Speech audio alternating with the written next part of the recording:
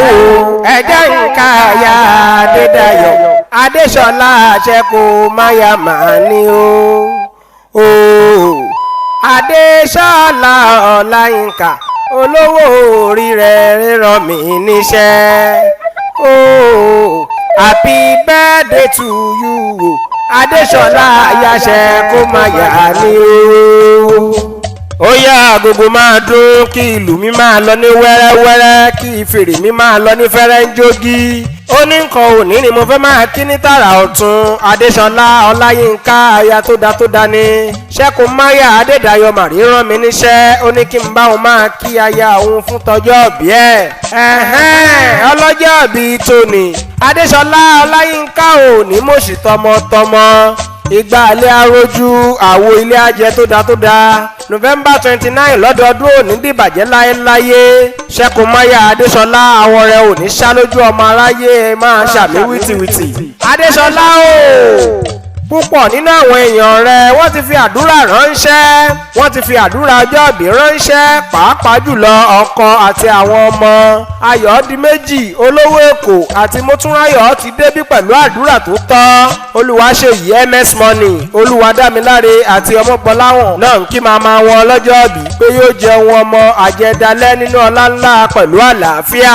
Ẹ wò gbogbo November 29 ni ẹ̀yin ènìyàn wa òun lọ́jọ́ ìbí Ṣẹ́kù máyà Adéṣọlá Ọláyínká ìyàwó Adédayọ̀ Ṣẹ́kù máyà aláṣẹ àtolùdarí Lapatos tí ò pé méjì òjèrè Púpáyẹmí ẹlẹ́yinjú ẹgẹ́ apọ́nbẹ́pọ̀rẹ́ amọ́láwà bí ọ̀sìngì.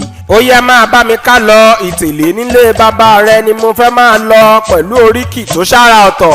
Ọmọ Ìtèlé mọ̀yẹ́gẹ́ sọ ọmọ apẹpẹ lórí ẹ̀gẹ̀ ọmọ ìgbàgùrù oníke àníyọ̀ ọmọ lókè méjì ìtìbélẹ̀ ni tá a bá ń gun nǹkan àmà ràn kan nínú ilé bàbá tó bí ọlọ́mọ.